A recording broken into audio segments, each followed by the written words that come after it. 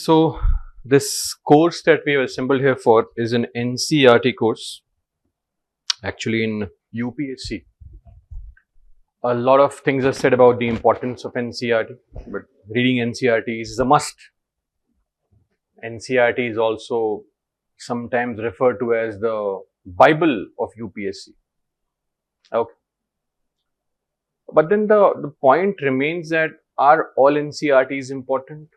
Of course not. Some NCERTs in some subjects are very important. In fact, I think in subjects like say geography or possibly history, the NCERTs have grave importance. Now, as far as the NCERTs of polity are concerned, if you look at the NCERT, we start from class 6th.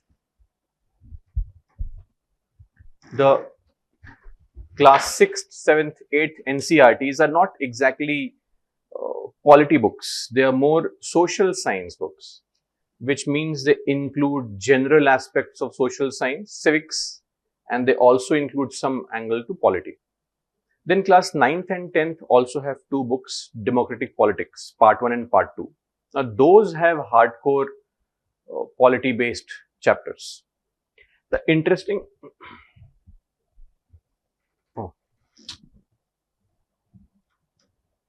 interesting point about this entire NCERT journey is that, see, it is meant for school students, right? So what has happened is, let's say in class 6, they have 3 chapters which we need to follow. Chapter 1 is about local governments, panchayats. Again in class 8 or 9, they repeat the same concept but slightly broader. So if you look at every chapter individually, we'll have to repeat things a lot uselessly. So what we'll do as we proceed is I'll, before every class, tell you which chapters from which book are to be read. And this means we can collect those chapters and read them together and then read the notes. Is the point clear? So even before that, let me just show you how to get your NCERT. So in case you want to download it and not purchase the book, say class 6.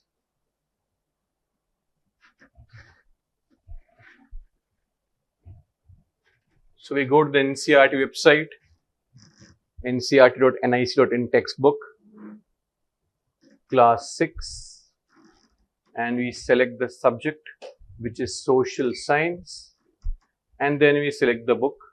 So Exploring Society, India and Beyond, and if you want, we have in other languages also. I believe nobody knows any other language beyond English, here at least. So we'll choose English.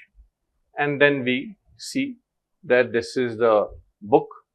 You have all the chapters, you have download complete book also. So what the hell is this prelims? They have it the first page or what?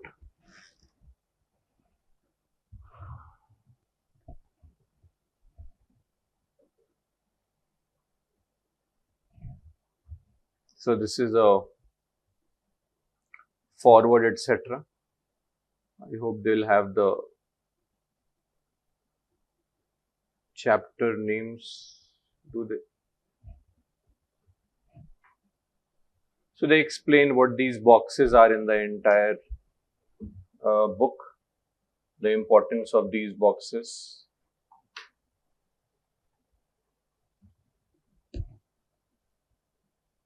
They also give a copy of preamble for the young kids to read who have no idea what preamble means, but still. Too many acknowledgements. Okay. So you can see here, this is a class 6 book. This means it has geography, India and the world, land and the people. You have history, you have cultural heritage, and then you have governance and democracy. Theme D. So, of course, family and community is Indian society kind of concept. But you do have 3 chapters, grassroots democracy, part 1, part 2 and part 3. So, if you want, you can selectively download those chapters only, 10, 11 and 12. Is the point clear? That's how you can download the selective chapters also and go through them. So we have divided the entire course into 12 different modules. Not 12 classes, 12 modules. It was the course decided already. I've been teaching like this for a long period of time.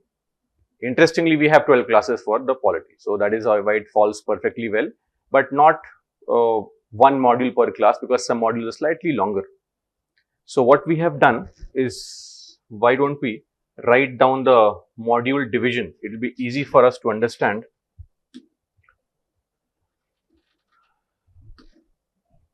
So please write the heading modules, and that's how I will dictate and we can begin. Modules. Number 1, governance, government and democracy. Governance, government and democracy.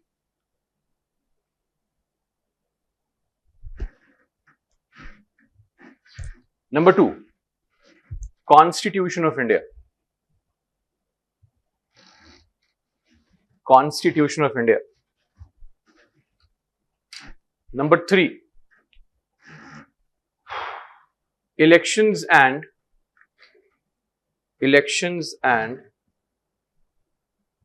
universal adult franchise.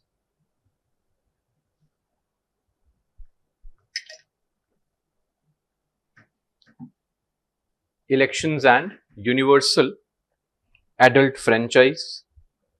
The next one, parliament,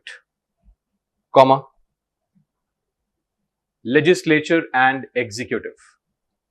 Parliament, legislature and executive.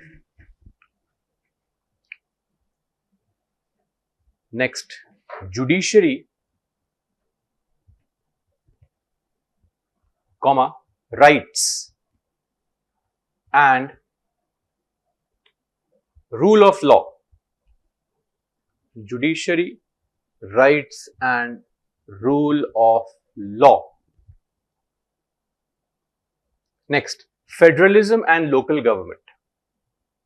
Federalism and local government.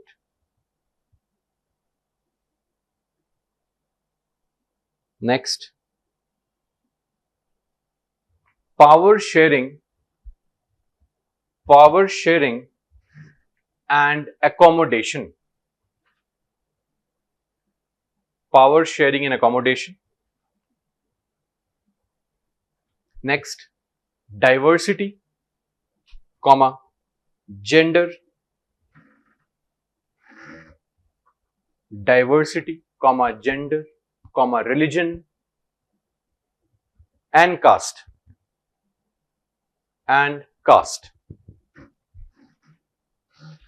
Next, political parties.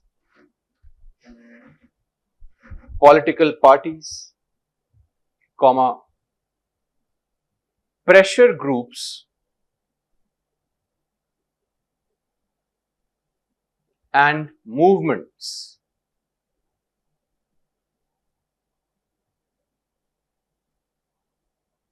Next, democracy, and put a colon, so write like this: democracy, outcomes and challenges. Outcomes and challenges. Done. This is number 10, I believe, right? 10. Then citizenship, 11th, citizenship,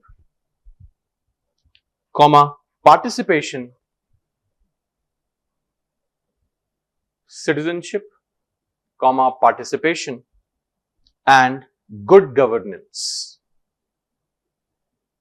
Good governance. And the 12th module, India as a constitutional democracy. This is a summary of all the modules that I thought would be a nice thing in the last class. So, India as a constitutional democracy. Is the point clear? So these are the 12 modules that you should be covering ideally when you are studying these NCERTs. And then below that, write a small heading: books. Which books do we need to refer to? So, of course, this is an NCERT course, so NCERT only. Class 6 to 8, and then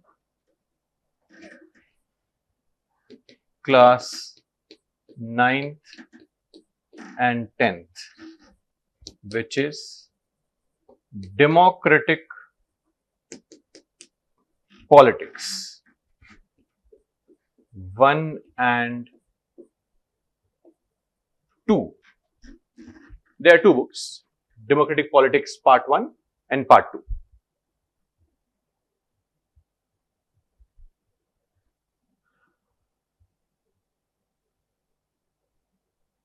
Clear? Okay. Some of you already have taken a polity course, so I'm sure you're all aware of this.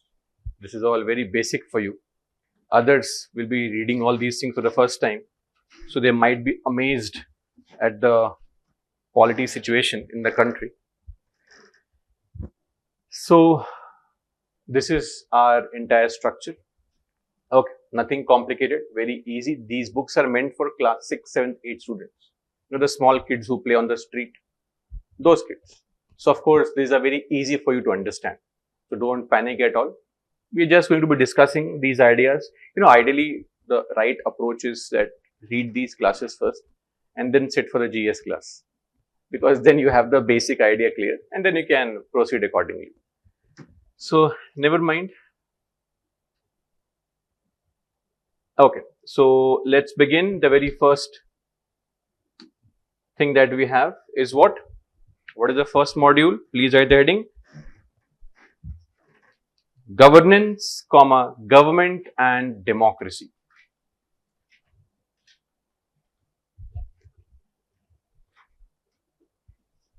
Governance, government and democracy.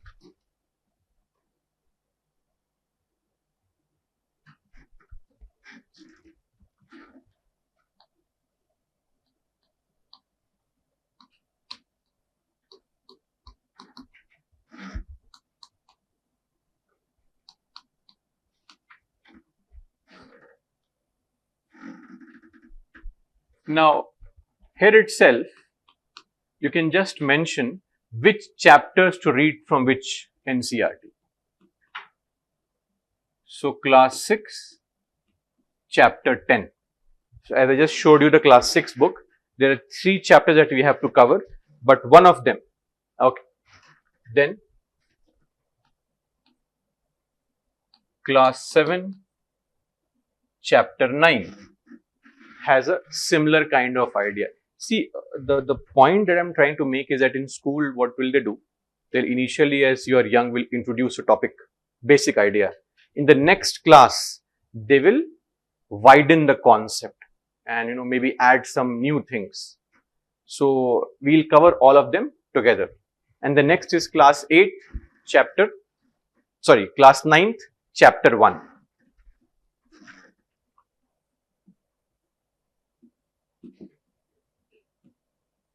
Chapter 1.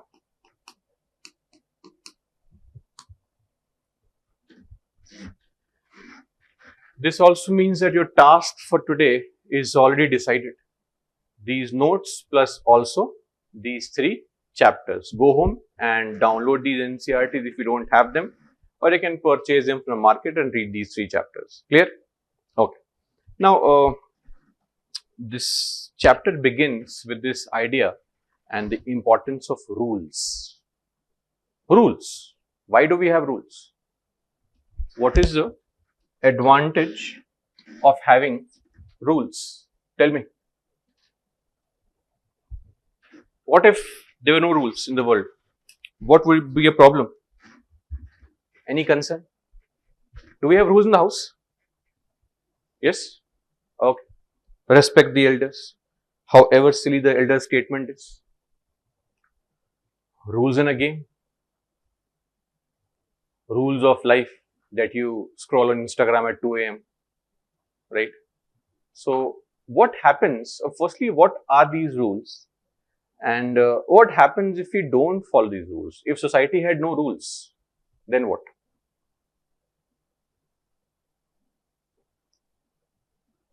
What if there were no traffic rules? I mean, we still have, but do people follow it is the question. So anybody, would they want to contribute? What would happen if we had no rules?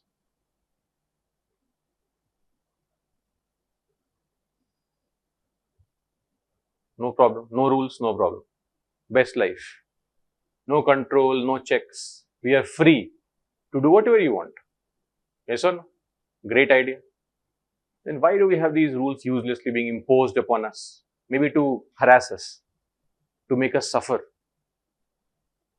That's the only thing that we can think of right now. Looking at your faces, I feel that that's true actually. Rules are meant to just irritate us every day.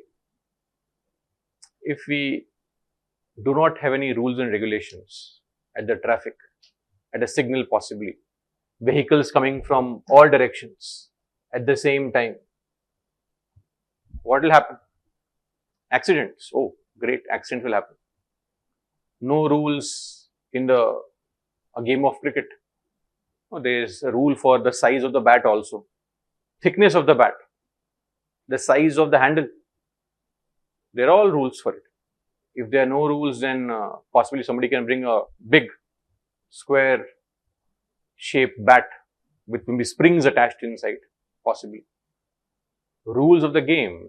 If there are no rules, then you can consume performance enhancing drugs. No rules of election, you can bribe the voter or beat them possibly. Bribing is still better, you get some money.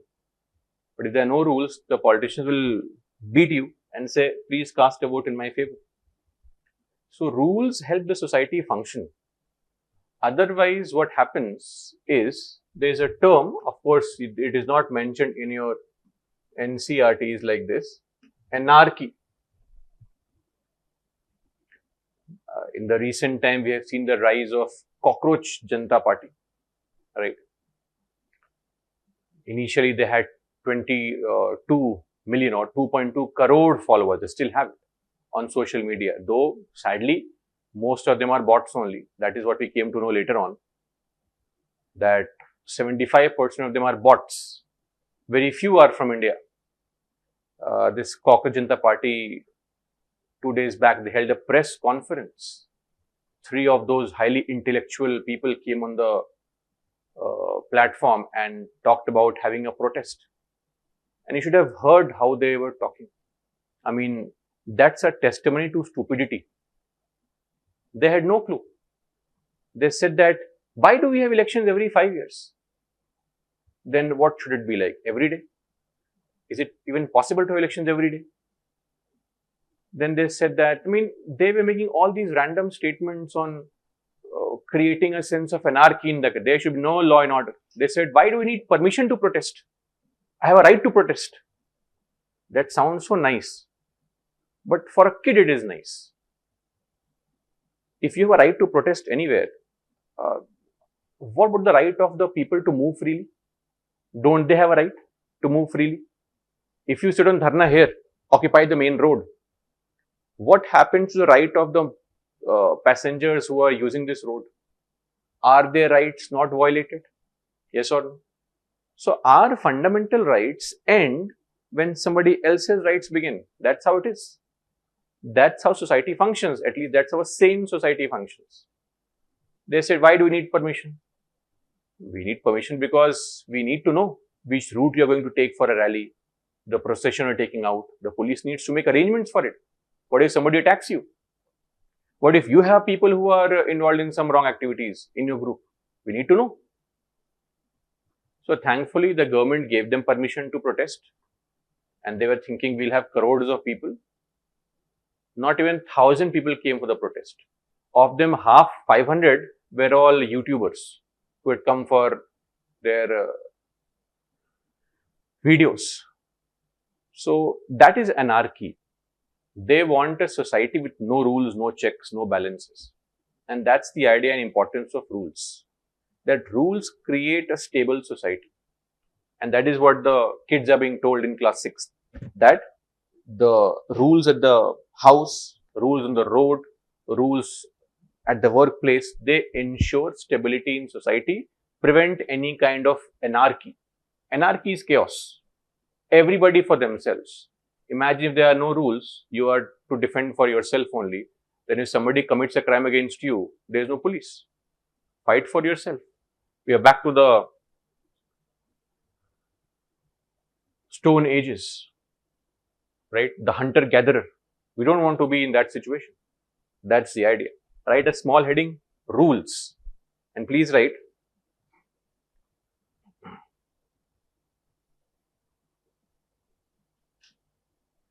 below that now.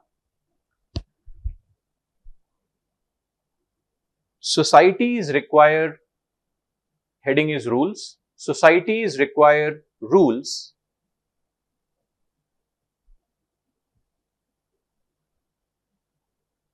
comma, institutions. Societies require rules, comma, institutions and decision making mechanisms. Decision making mechanisms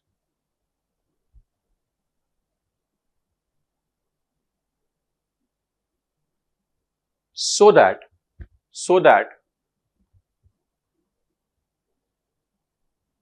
there can be peace and harmony in society.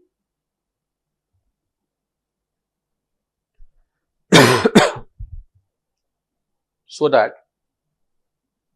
there can be peace and harmony in society. Is the point clear? See, whenever people live together in communities, in groups, amongst your friends also, you are bound to have disagreements. Yes or no? With friends and family.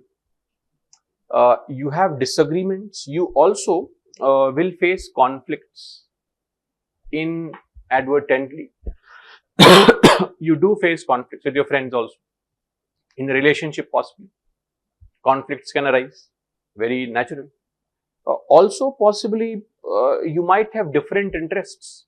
Let's say you are with a group of friends.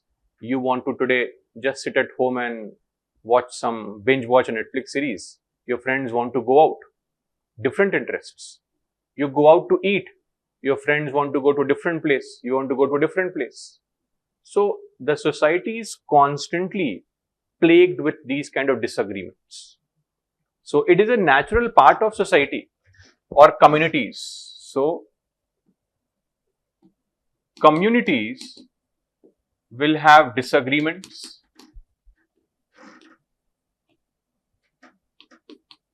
Communities will have conflicts and diverse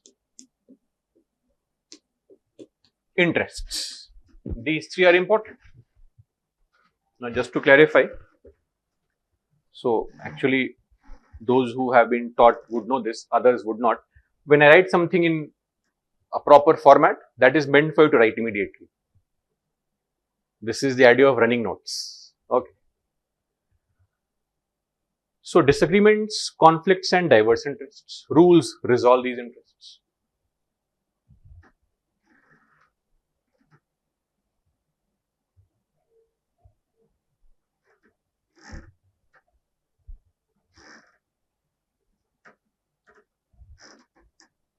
Just this part only, not this part. Is the point clear now? Okay. So, once we know that rules are required, now two more words need to be understood. One is government and the other is governance. So, what is the difference? And what exactly is the meaning of this word governance? Or if you want, you can also define government first. Tell me.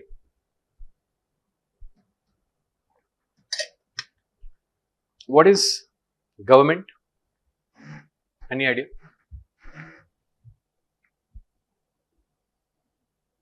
No? What do you mean by governance? Have you heard of these terms before? Then what do you think they symbolize? What is governance? Any idea?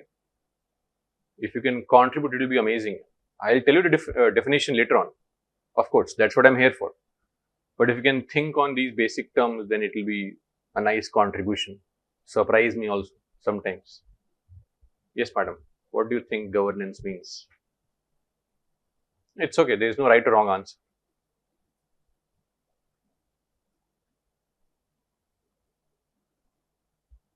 Nobody? Haji. No, there's only you there. Nobody besides you. Ruling the people. Okay, fair. Governance is ruling the people. And who rules? The government rules. Okay. What else would governance be?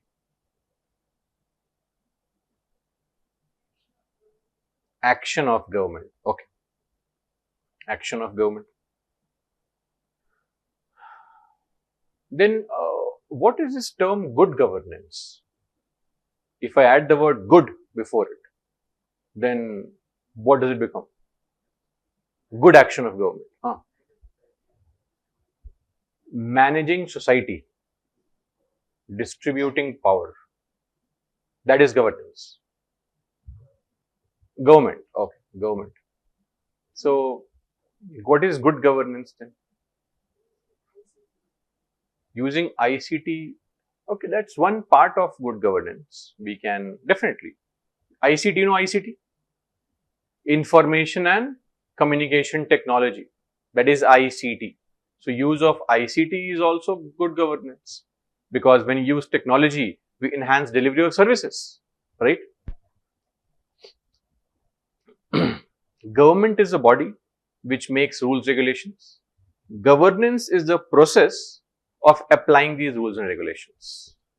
Government is the body, governance is the process. That's the basic difference. Is the point clear? So, write the first big heading now, next heading now, after rules, governance. Governance.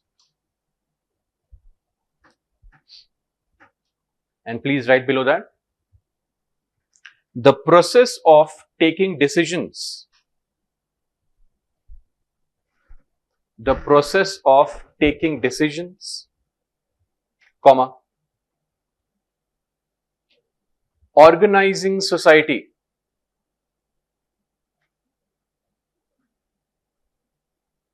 The process of taking decisions, comma, organizing society, and ensuring that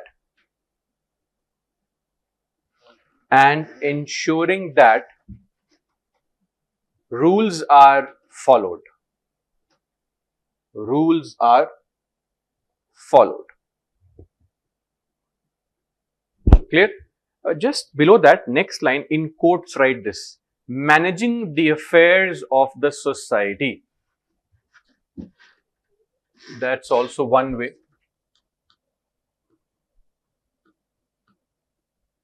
Managing the affairs of society. Affairs, not that affairs. Day-to-day activities. Okay, that is what it means. Don't be confused. So that is governance. Next is government. Mention government now.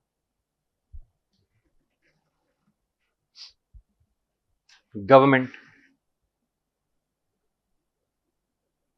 Please write. A group of institutions. A group of institutions that makes rules,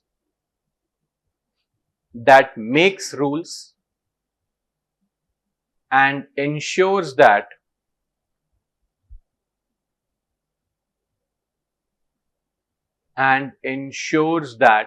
they are followed. And ensures that they are followed.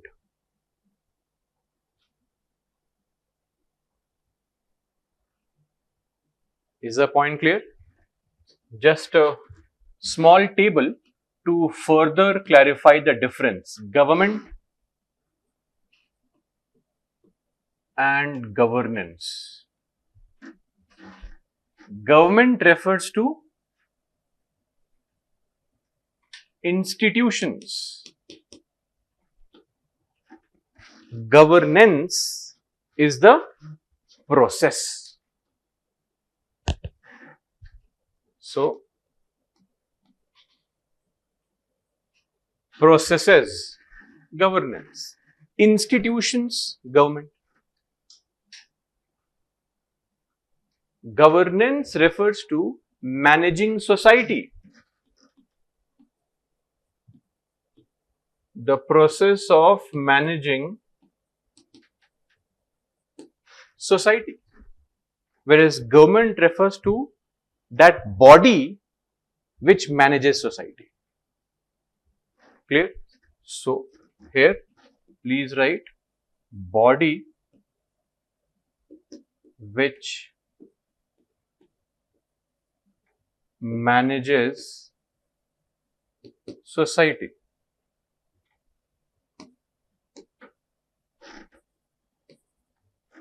So, the idea is that governance is a process and government is that body which implements the process. Is the point clear? That's the difference. I think that is what the NCERT also tries to explain. Now comes the bigger question. Again, the same thing. Why do we need the government? Tell me. Why do you think we need the government? Do we need the government? Cockroach Janata Party has a different approach. They say we don't need the government. Maoists, you know who are Maoists? They also have their own party, which is illegal, of course. Communist Party of India, Maoists. Should I say who were the Maoists? Because this government, I mean, among very few things this government did good, was one such thing was eliminating Maoists. Thankfully, millions of tribals had been suffering because of Maoist activity. Maoists did not let development go to villages. Maoists do not believe in the concept of governance or governments. They believe in self-regulation. Okay. So, that's the idea of communism. So, you can understand and appreciate this. The Western concept had the idea of private property and state, you know, the government, etc. Their task was to protect three things: life, liberty and property, LLP. That was the idea in the medieval times. That the state, the king, the government, whatever, this entity exists to protect three things of people: life, liberty, and the third thing is property. That's it. But there is a small problem. How can the state protect your property if you have property? Yes or no? If you don't have property, then what will you do? If, let's say, we make rules for something right now, then all those people who are at an advantage will have a benefit right now with the rule. The moment in the 15th century, we came up with the concept that state should protect property, all those people who owned property by the 15th century, now their property is protected. Yes or no? And those who do not own any property, now they cannot take the other people's property because suddenly you are saying that property is protected. Imagine you say now that from today onwards, no UPSC coaching institute will run. You can't attend any UPSC coaching. Now, is it fair? You have attended a coaching right now. You are at an advantage right now. Others are not. That is unfair.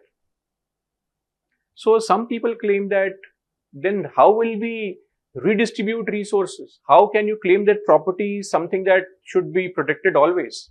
Then how will I get property if I have no property? Because state is going to protect their property. We can't get their property. So came the idea of communism.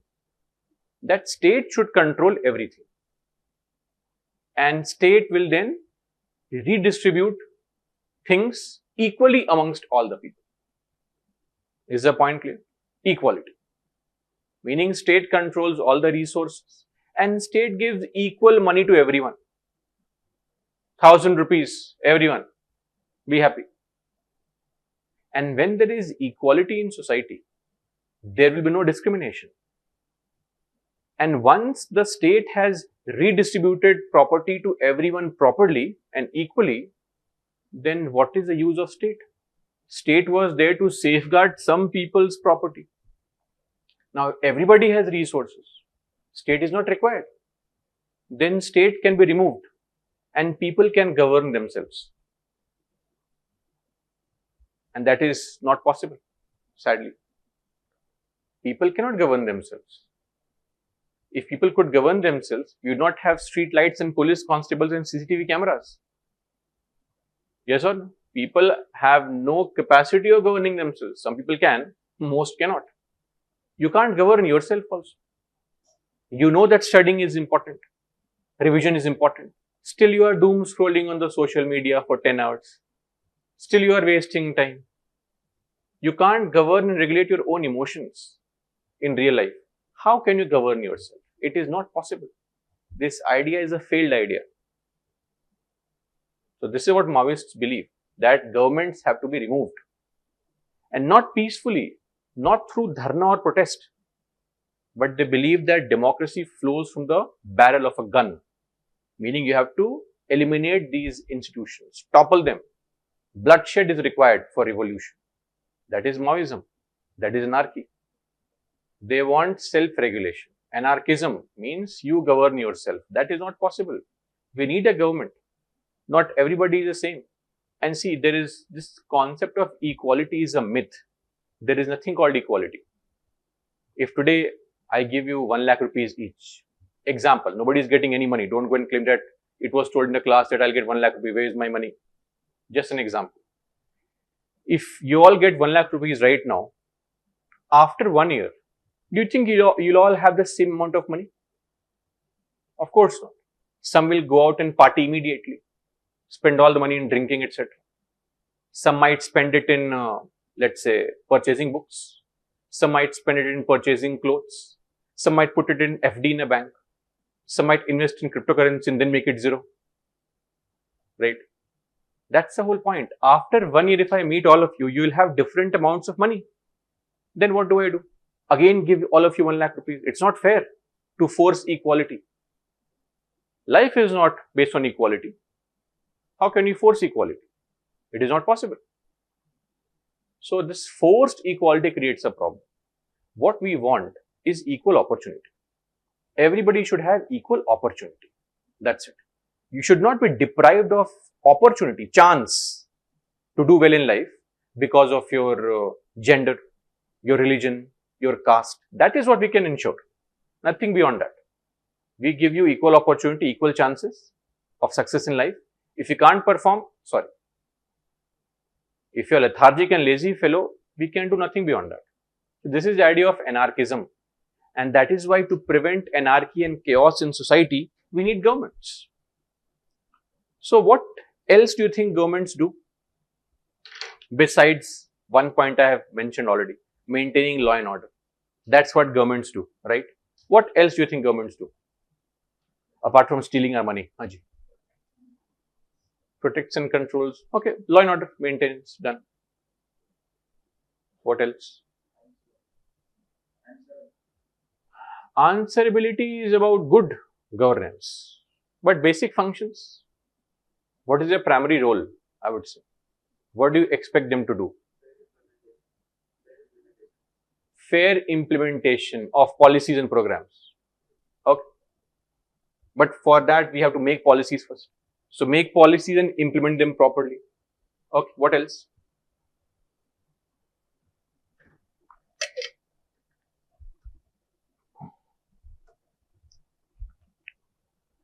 Anything else that governments do? Very basic things. Governments, write a small heading now. Need for government. Number 1,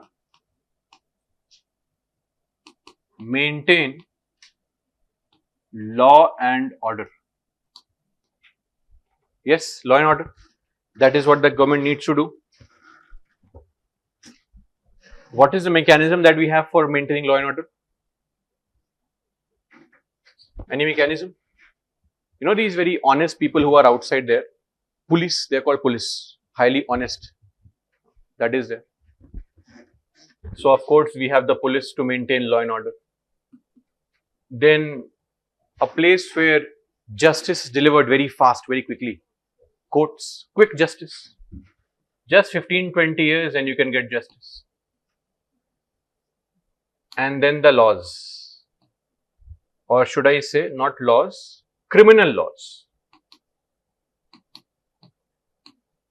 Laws that prevent crime, like you have BNS, Bharatiya Nyaya Sanhita.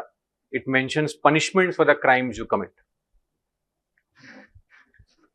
Then one more task the government has is national security.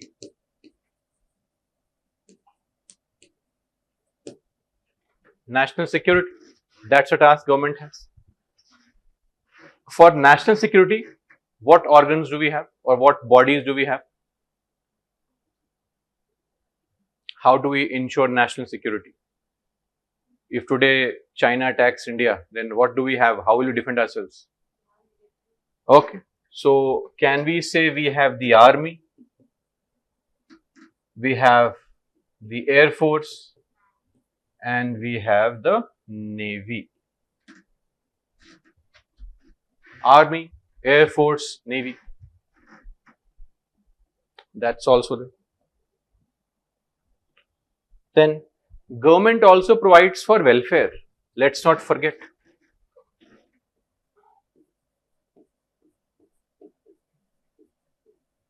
Welfare. Welfare can be along various lines. One very common idea of welfare is what? See, two most important things about welfare: health and education. Mention two things: health, education. In the field of health, in the field of education. That's also there, welfare. Then economic management. Fourth point, economic management.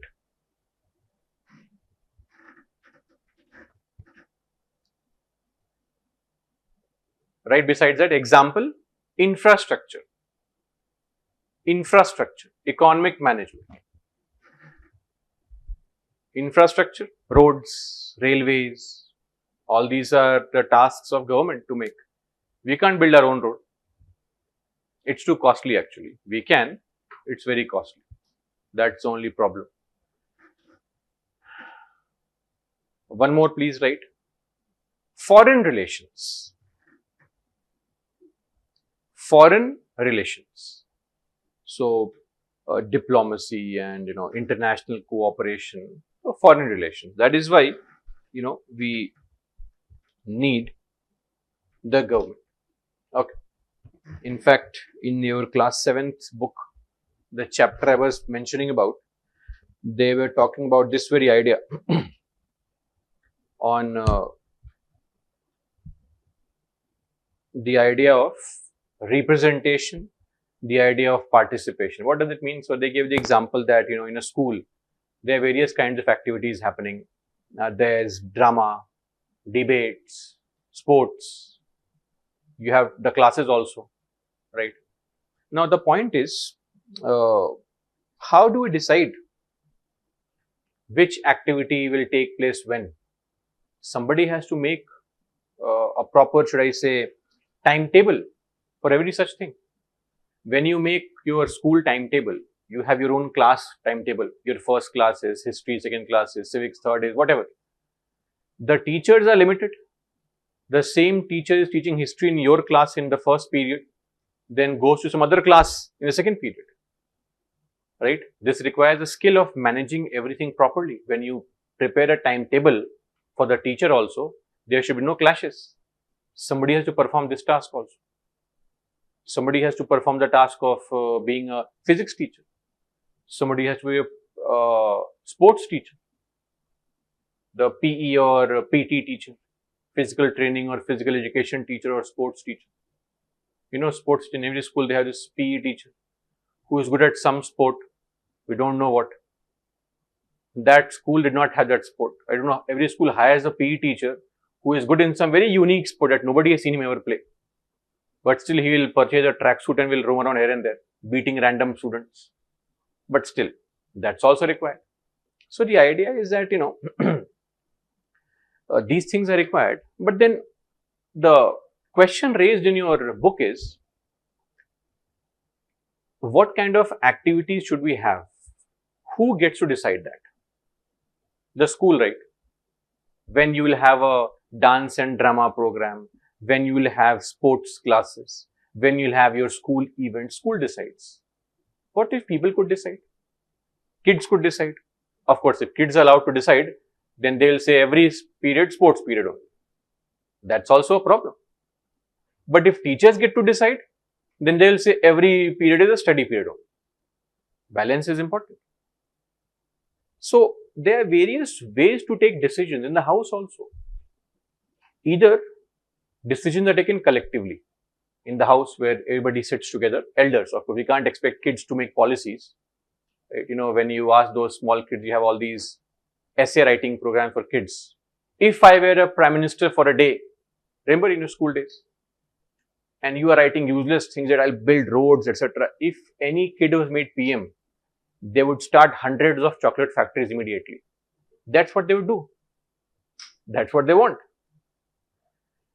I mean, the idea is that decision making is important. But who decides? In the house, for example, collective decision making happens. Yes? Of course not. In whose house this is happening? Please tell me. Fathers decide everything. If in your house something else is happening, let me know. I'm also amazed to see that somebody said, yes, it's collective decisions. If your parents are asking you about your life, I'm surprised. Parents don't ask. They order. That's it. Till you are 20, 30, 40, 50, parents take care of you. So you have no right about your life. Then you become a parent and then you spoil your kid's life in future. This is a process that continues. I mean, a more appropriate, how many of you I'm sure would have been forced into studying maths in your 11th and 12th just because engineering and medical professions are the only good professions. No interest in maths. You hate biology, but still parents dream. Nowadays, parents have new dreams. They have seen the social media boom, etc.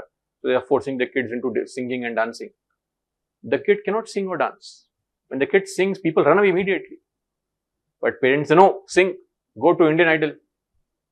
How can the kid become a singer? Parents themselves are not singers. But that's the whole point. My question is, there are various ways to take decisions. Some countries, now if we come to this, extrapolate this point to a nation, in some countries, you have the concept of a king. In our country also, just 200 years back, we had kings. Kings decided everything. And if the king was nice, which rarely was the case, governance was nice. There was equality. If the king was bad, which was almost every time the case, then governance was poor. So this is where, we have various types of governments, meaning how is a government being chosen? The people who are implementing these rules. Government, the body which implements rules, yes or no? The people who are implementing these rules, how have we chosen them? Is it based on hereditary? Or is it based on we choosing elections like in your schools? Now I think a lot of schools, they have this concept of voting for head boy and head girl. Have these head boy, head girl, school captain, all that nonsense is there. So earlier, teachers would appoint directly. Whoever was a most innocent fellow, front bencher, decent fellow, good in studies, always complaining to teach about the friends, that fellow was made the head boy or head girl. Sycophant of the teacher, always buttering the teacher, head boy. But then we have now introduced in a lot of schools the concept of voting. In your school, what was the case? Voting or teacher appointment? Teacher appointment. Anyone having voting in their school for head boy, head girl? Only one. Oh, okay. Sadly, others had to suffer. Any head boy, head girl here? No? Oh, okay. So, sorry, ex head boy or head girl. So, what do you think is better? Should we have voting in the school for head boy, head girl, or teacher should appoint? Teacher should appoint. Why, madam? Tell me. Justification for your opinion. Please.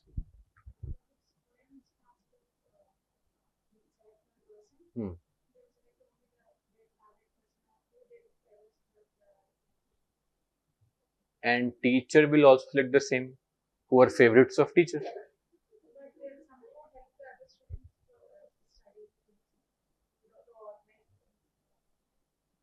Then who gets to decide what is good? What is good for a student there? Who gets to decide this? The teacher or the students collectively? Whose value, importance is more? In a school, possibly might say teacher because students might not have the understanding of what is good or right for them. Fair. Now let's extrapolate this to a nation. Then who should appoint leaders in a country? Should we vote for them or should we have some direct appointment? What do you feel now? Or the even better, family. One family should control everything. What do you say? Good idea? No? But you vote for families only. All the regional parties are family parties. Congress, family party. From Motilal Nehru to Chachaji. Chachaji's 100 blunders, Indira Gandhi. Then Rajiv Gandhi. Then now the Prince of India, Rahul Gandhi. Regional parties, please see what is happening. All regional parties are built around families. Will that be a good idea? Hereditary posts like kings and queens? No. People should vote. What kind of system is it where people don't vote but who the power remains centralized in one person? What is it called? Where you have a king or a queen? Monarchy. Yes or no? That's called a monarchy. And what system do we have? Democracy. Do you know of any other system also?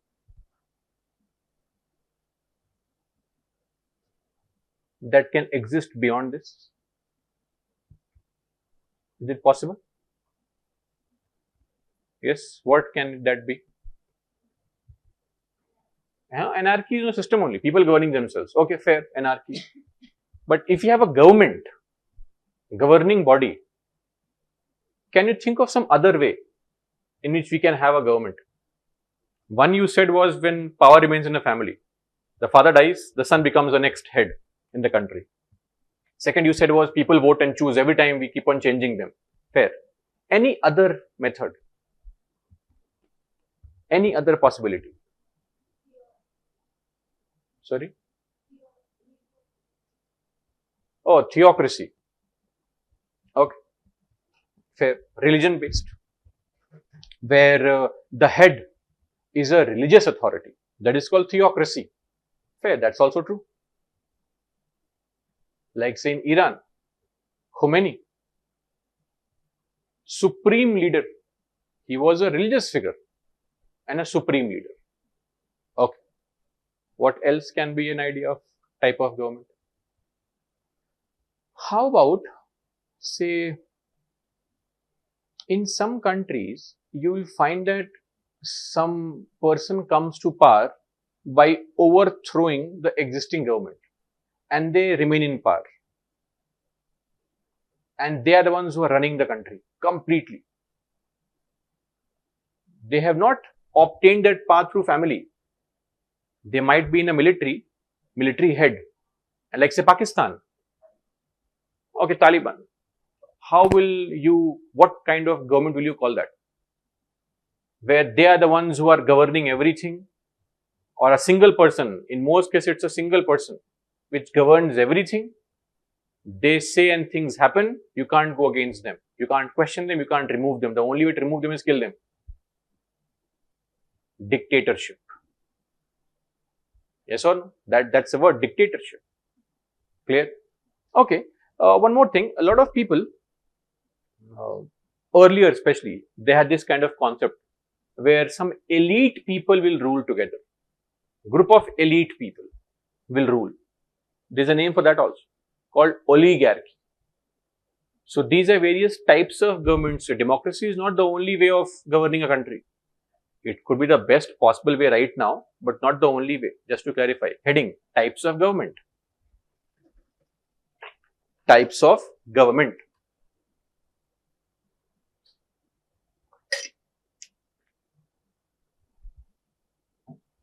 Number one. So we have various types of governments. The first type of government is a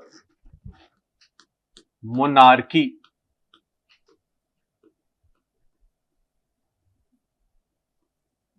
Monarchy. Please write besides that. Rule by king/queen. Rule by king/queen, where power is usually inherited. Where power is usually inherited. Clear? Monarchy. Number two, second now, right? Dictatorship. Dictatorship.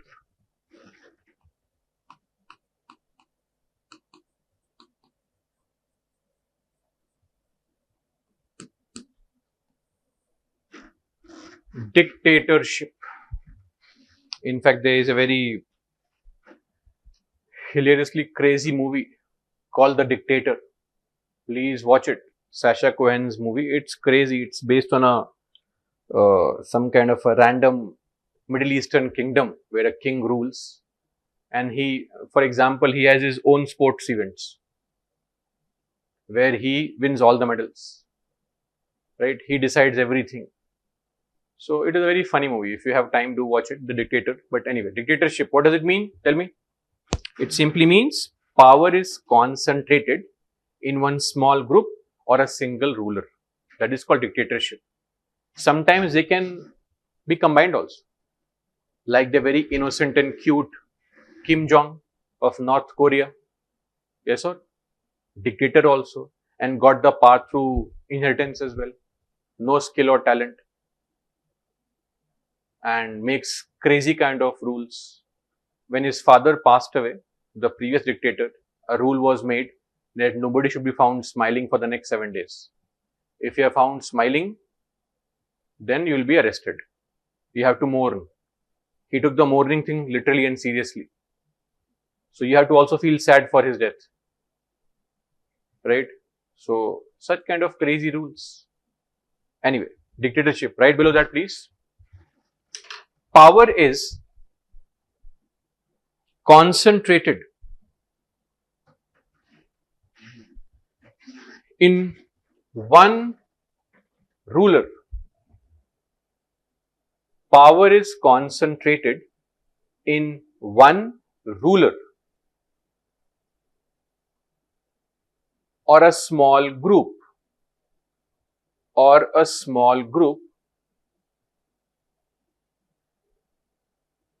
and citizens have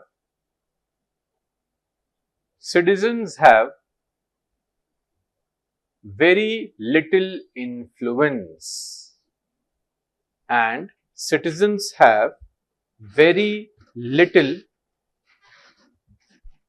influence. Clear? Now third, theocracy.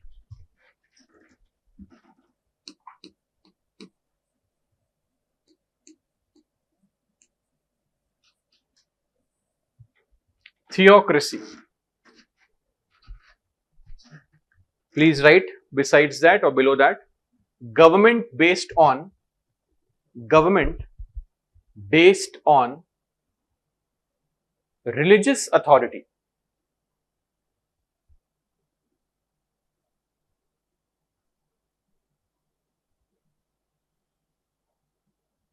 Government based on religious authority. Clear? Now the fourth one.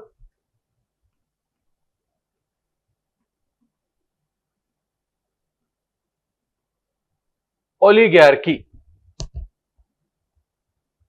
Oligarchy. Right below that, rule by a small elite group. Rule by a small elite group.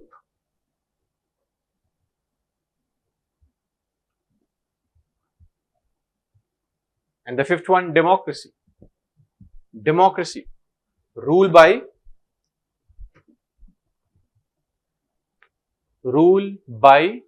who? The people. Rule by the people.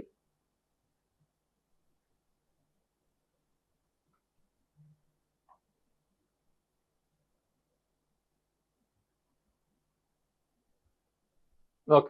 Just write a small heading below, democracy. So we'll further this concept now, because that is what is the idea. Heading is democracy.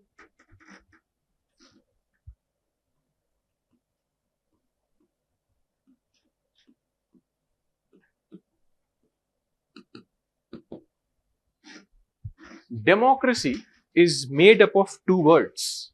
The first part is demos. Demos means people. And kratos. Kratos means rule or power. Both of them are, of course, Greek words. So, demos is people and kratos means power or rule. And these are both what words? Greek words of Greek origin. And collectively, what does democracy mean then? Rule of the people. So that is the meaning of democracy. Rule of the people. Clear?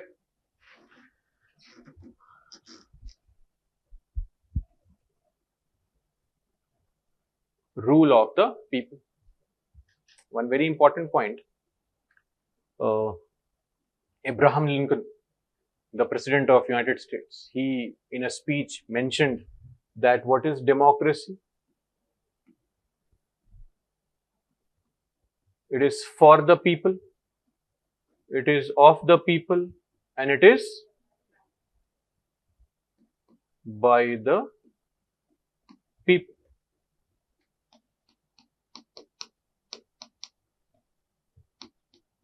Abraham Lincoln. You can write this in your margin also. For, of, and by the people.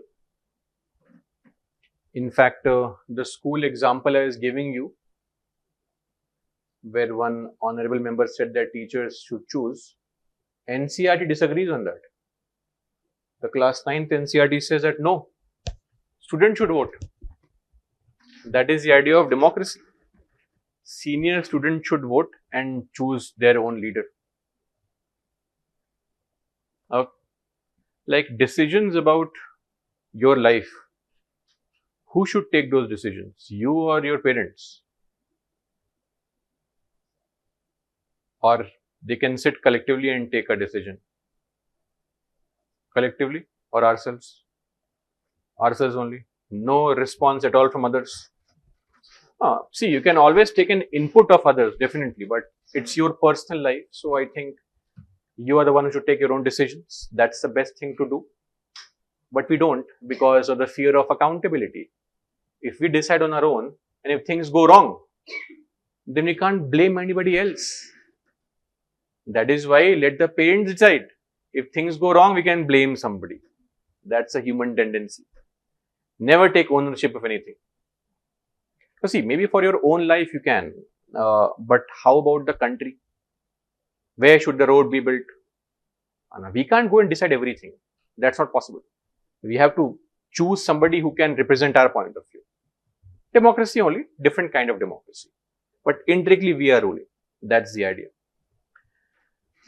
Anyway, so, and that's how the joke goes for this also, that democracy is, or democracy, it fars the people. It offs the people. And it ultimately in election, what? Buys the people. But we won't learn this definition. That is too realistic for the exam. The fake definition is what we follow. The nice one. Anyway, next heading please write. Democracy versus non-democracy.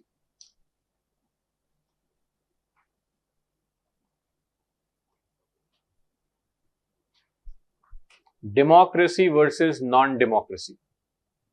Just a small point to make. Democracy, who chooses the ruler? People. So, democracy versus non-democracy. This was a heading. Just put an arrow here and write.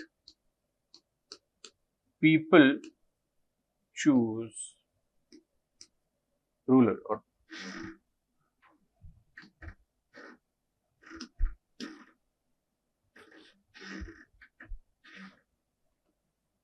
people choose ruler, and here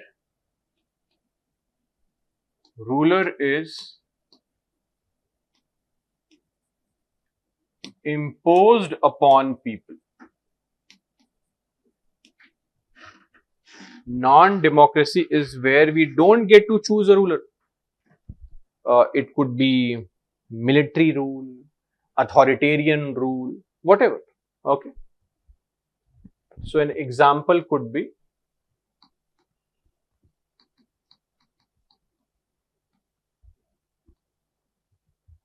military rule, military governing a country, right? So that's about it. My point to you is, when we say people choose the ruler, meaning what? How will you choose the ruler? Elections. Yes or no? Do you think elections are sufficient criteria for democracy? You, I'm sure, don't know, but there are elections in North Korea also. Were you aware of this? There is only one party and you have to vote for that party only. But you have to vote. So, elections are there. Is that democracy? Is there democracy in North Korea? Of course not. You are saying no. But you are saying elections are there. Pakistan. Elections take place. But the army rules. Yes. Then, are elections the only feature of democracy? Of course not. Some other important essential conditions are there. Only then can we claim that India is a democracy or any country is a democracy. Can you think of some other things? Other features beyond election. We know that election might not be the only criteria. Elections happen in China also. China is not a democracy. Elections happen in North Korea also. It's not a democracy. Then what makes a country a democracy? What other things should be there? Any other thing that you can think of? Tell me.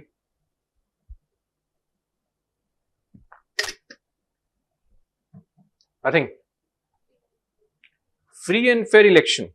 Okay. Election should be fair also. That is important. Everybody should have a chance of winning the election.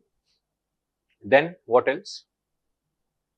Okay, a simple election where only those people vote whose income is above 1 crore per annum. That's also election. Will that be a good idea? No. This means voting should be given to all the people. Yes or no? We can have some criteria. Maybe kids should not be allowed to vote. Kids have no idea. But beyond that, we should not deprive voting rights for some people based on their caste or religion or economic situation. This is a concept called universal franchise or universal suffrage. Suffrage or franchise means voting right. When I say universal suffrage, I mean to say what? Voting rights universally to all. And when I say universal adult franchise, then what do I mean? Voting rights for all adults. That's what we follow. Yes. So that is also one criteria, I think, that could enhance democracy if voting is given to all the people. Okay, fair. What else can be there? Tell me, please. Anything else? Somebody was mentioning that the government should be answerable to citizens or accountable to citizens. Yes or no? If we have voted for them, then we should be able to ask questions. People can't ask questions to the government in China or North Korea. You want to be alive or not? Simple. Essential feature of democracy is that you can ask questions. And one more interesting point, elections take place, but when? What if we had elections once every 50 years? Will that be a good idea? Of course not. Elections have to be regular. That's also important. So just below this now, right? Essential features of democracy. Essential features of democracy.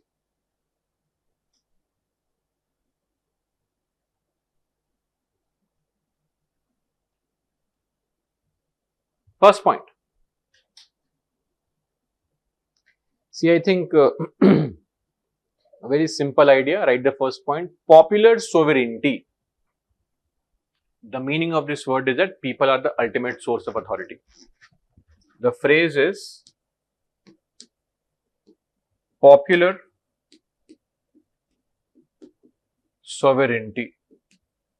Please check the spelling of sovereignty. Don't create your own spellings. Sovereign, T-Y, not N-I-T-Y, the usual mistake. Please write in bracket what it means.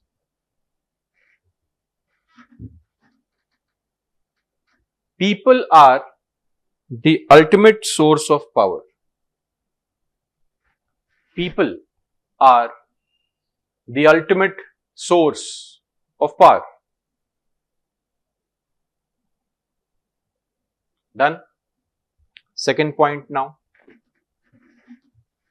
Universal adult franchise.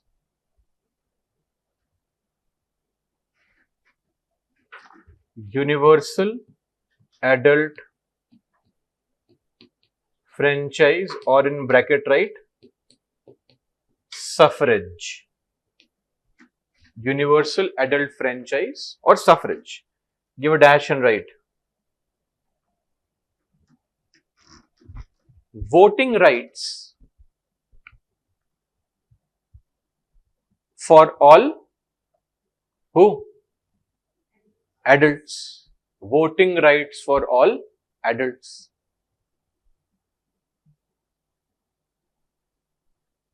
Next, write political equality. Political equality.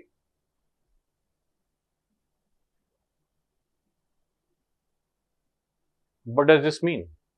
So, very simple. We have elections, we have voting, we have regular elections.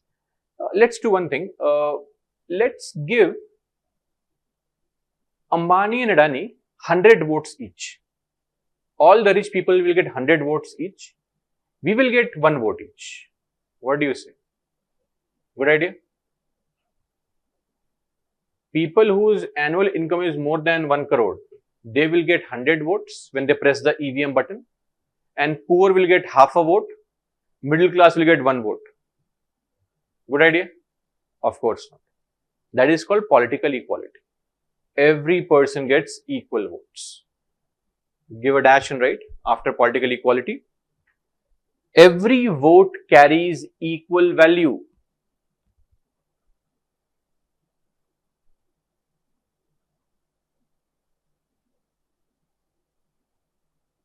every vote carries equal value. Done. Next point, accountability. Accountability. And now give a dash and write. Government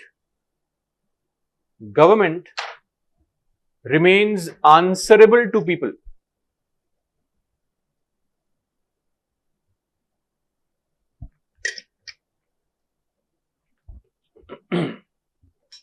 Government remains answerable to people.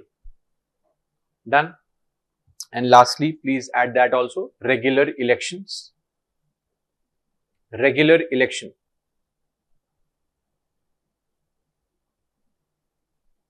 Does not need explanation. We need to have periodic elections. Yes or no? One more point, which is not elaborated in NCERT. So, how many points have you written so far? 5 or 6? 5. 5? Write one sixth point. Rule of law. Rule of law. And give a dash and write. Everyone is subject to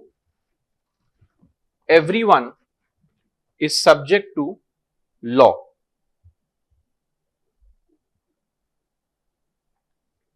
Everyone is subject to law. Rule of law. This is a very interesting concept that also exists in our constitution. Rule of law. You'll be hearing this word over and over again. Very simple and a brief idea of what rule of law means.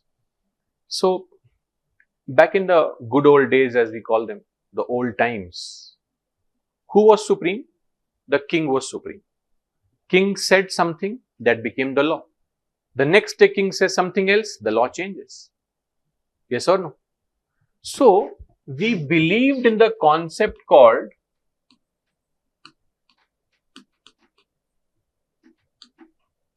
king is law.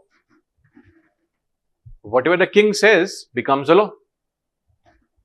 This is what is known as Rex Lex. King is law. But slowly and steadily, I think a very important point has to be this document called Magna. Now I'm moving out of NCERT a bit. Okay, Magna Carta. So back in 1215 AD in UK, the Archbishop of Canterbury, he said that, how do we ever be sure if tomorrow the king's mood is different? He says that this is a crime. The next the king's mood changes, he said this is not a crime. There should be some kind of surety on rules regulations. If we depend on the mood of the king or queen, then how can we survive? And there are certain things the king should not be allowed to do. For example, maybe something as simple as giving punishments without hearing their point of view. Yes or no? Like in your house.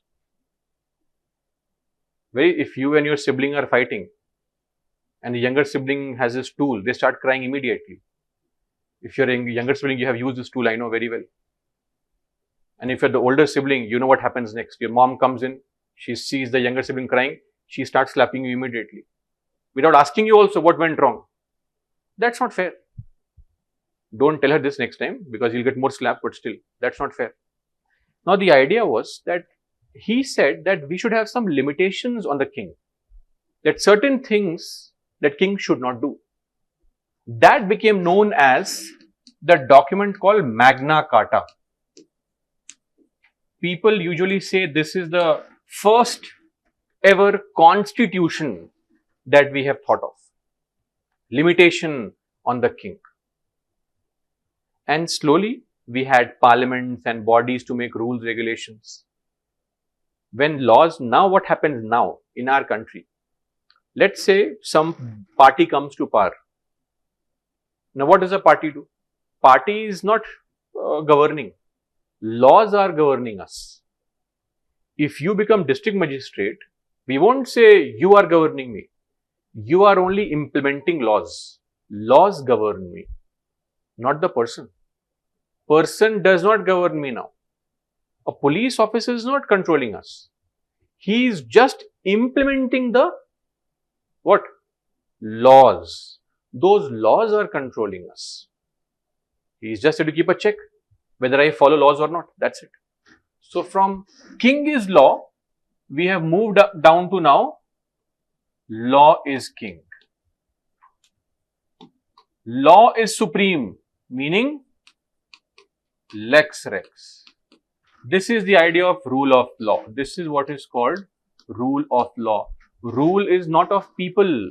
Rule is of laws. Is the point clear? And that is why rule of law simply means limitation on state or government. That is, state, you can write all these now, cannot have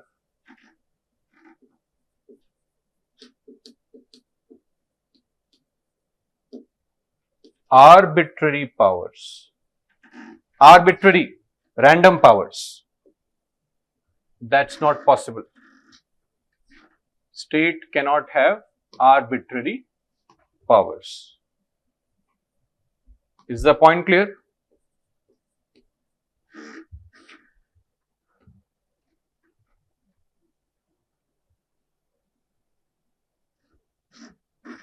When you write Magna Carta, you can just give a dash and write document in UK in 1215 placing limitation on king.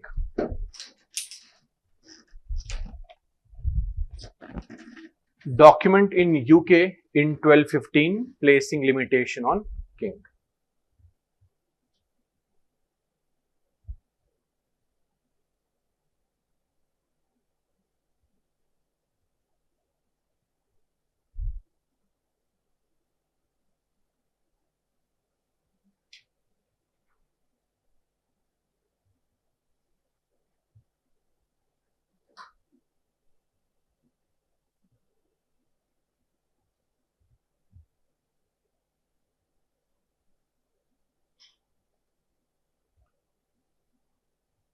Are we clear?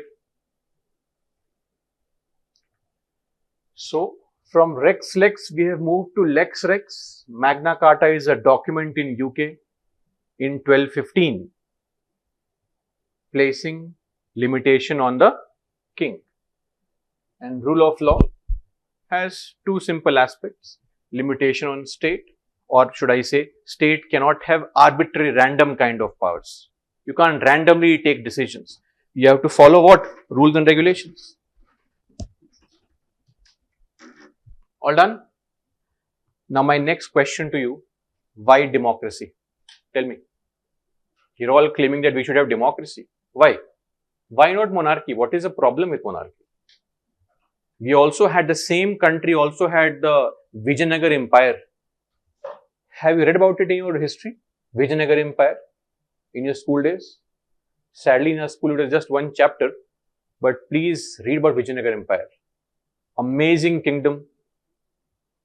Indian, that's a part of historical glory of India. Great kings. The princely state of Travancore, for example. Well, of course, there were some problems there with respect to caste issues, but otherwise, all the good things you see in Kerala about education and stuff, it's all the, should I say, result of princely state of Travancore. Home kings in Assam. We have had historically great rulers also. Is that of no value? What is this obsession with democracy then? Tell me. Why democracy?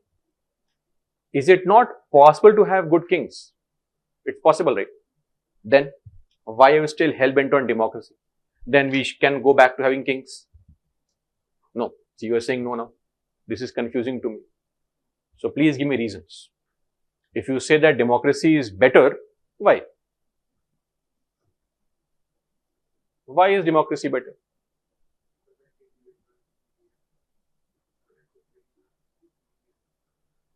Protects individuals' liberty. Okay, rights. Okay, but I mean that is the whole point. If the king is good, he will also protect your rights. No, in the Vijayanagar Empire, rights were not being violated of people. Please read about it. This is a problem, right? What's your answer to this?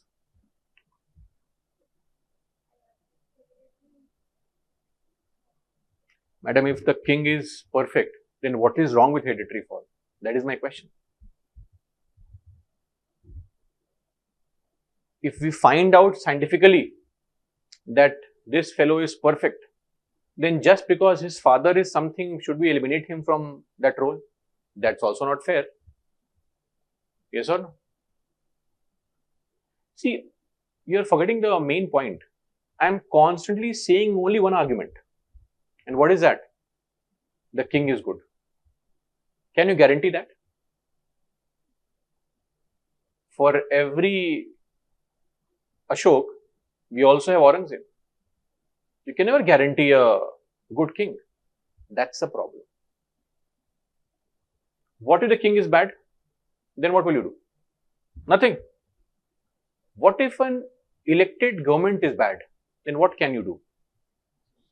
Change them. Democracy allows change of power. Other forms will not. So now I am dependent on the goodwill of the king. I can't change the government. That is why democracy is required. It gives us the right to ask questions, ensures accountability of government, ensures replacement of the government. Monarchy can't be replaced by, maybe the son is great. What if the grandson is stupid? Then that is why heading, why democracy? Please write. Why democracy?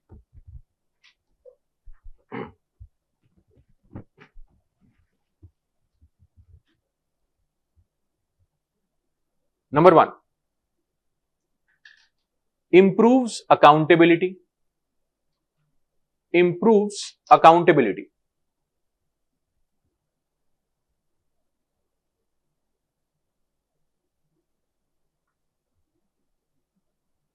Number 2, improves decision making.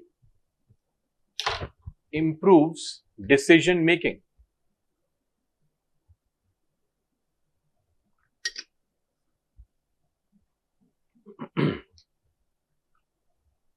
Number 3, protects dignity. Protects dignity. How? So in bracket write please. Protects dignity in bracket. Citizens are citizens are treated as political equals. Citizens are treated as political equals. Done? Okay. And the last one, please write. Fourth one. Allows peaceful change.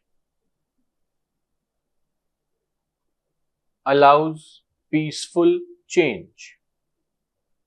In bracket write, replacement without violence.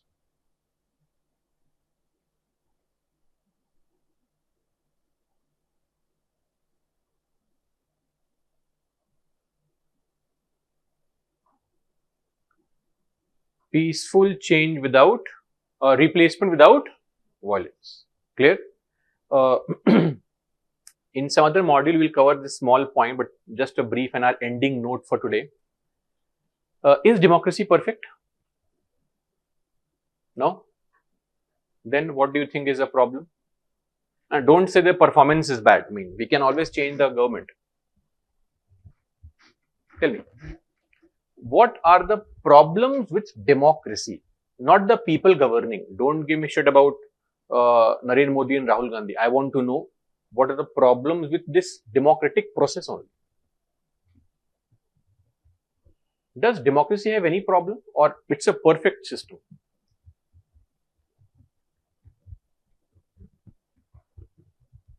Perfect system? No. What is the problem?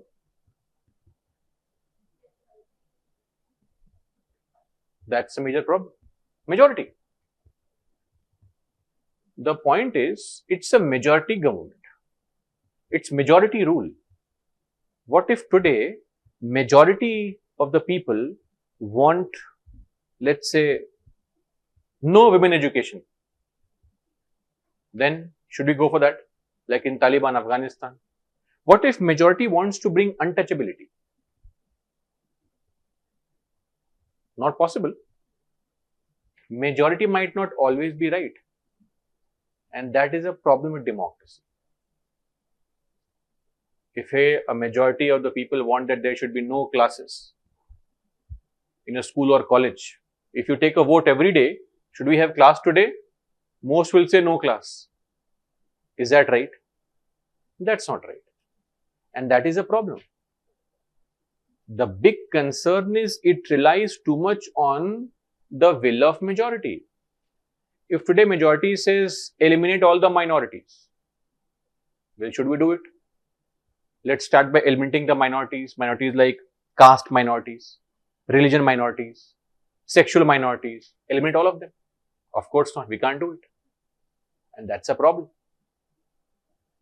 One more thing is, democracy is slightly messy. Why? Because you have to, when I say democratically elected government, group of people have come to power. You have to convince everyone. It's different. It's difficult. It requires discussion. See, a king or a queen decides today, implements tomorrow. Task is over. In democracy, you have to firstly convince everyone. Some might be convinced. Some might not be convinced. And there you just waste time. Excessive discussion happens. Women's reservation bill was being passed recently. It was being preponed, I would say, that we can have women's reservation immediately. Do you agree we should have had that immediately? Or no? Or should we wait for 10 more years? But sadly, in the parliament, some agreed, some did not agree. Bill could not be passed. So it requires lot of discussion and deliberation, which wastes time also. And that's a problem. Okay. Just a small heading. Issues with democracy. Issues with democracy.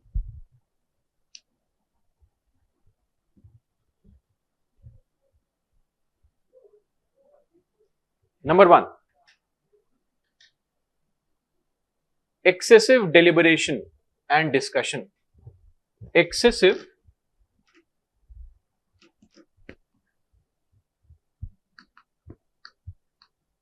deliberation and discussion. Give a dash. Slow.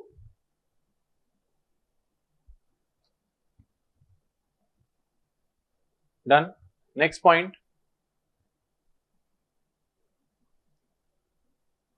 May result in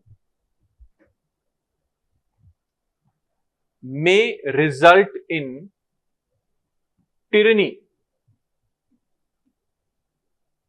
of majority.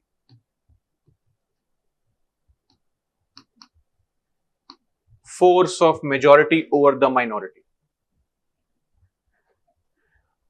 Tyranny of majority. But still, just to clarify, it might have these kind of concerns, but that is where the beauty lies in. Democracy allows you to correct your mistakes peacefully. If you choose a wrong leader today, we can correct it, right? Next time, we can vote for somebody else. Change of paragraph and write, however, comma,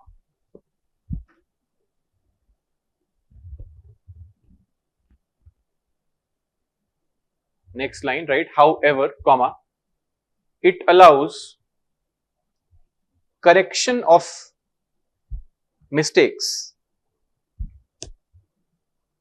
It allows correction of mistakes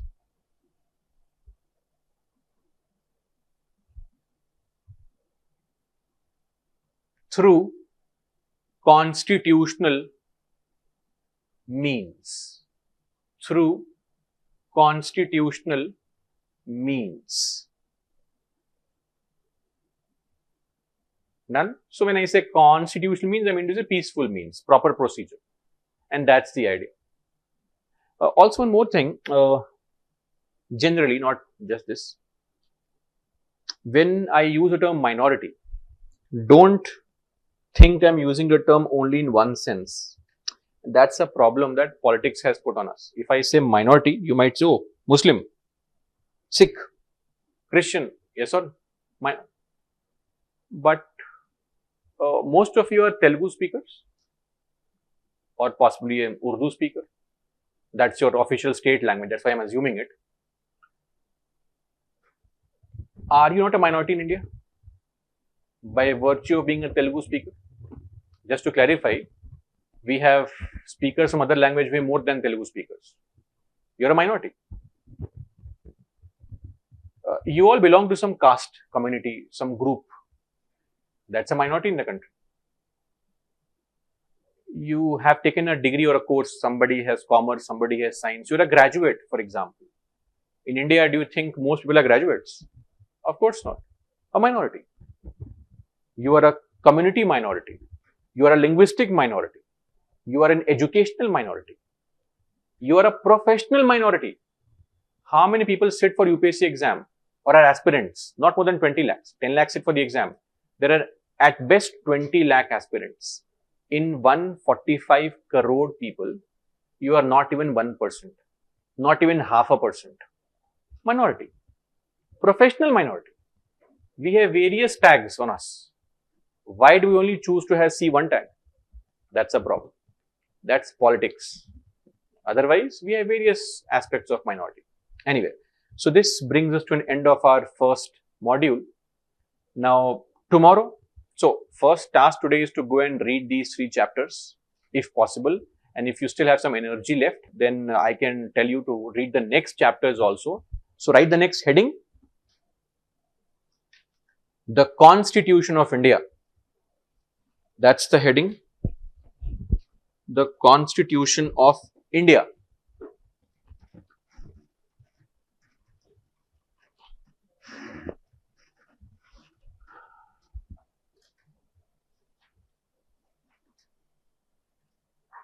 And below that, write, just like we wrote for this first module, second module is the Constitution of India. Right, class 7, chapter 10.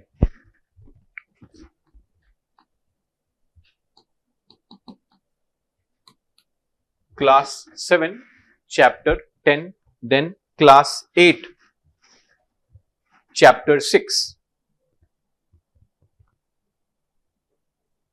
So, just the introductory part is required, not the detail. Detail will cover separately here. So, when you wrote class 8, so in bracket, right, introductory part.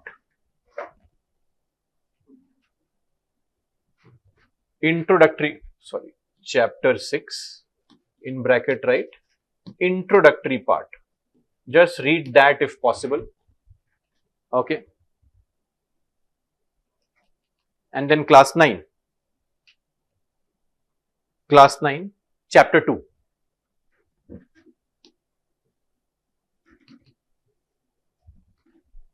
So, all this has similar kind of information. So, this is for tomorrow. In case you can read this and come, that would be amazing. But I know, impossible. You have hundreds of other things to do. If you read all these things, then who will scroll the reels today? Right? Problem. But if possible, I know I'm living in this fool's paradise that I feel that you will read this. So, read those chapters today and these 3 tomorrow. Are you clear? Okay. Let's meet tomorrow. That's all for me. Jai Hind.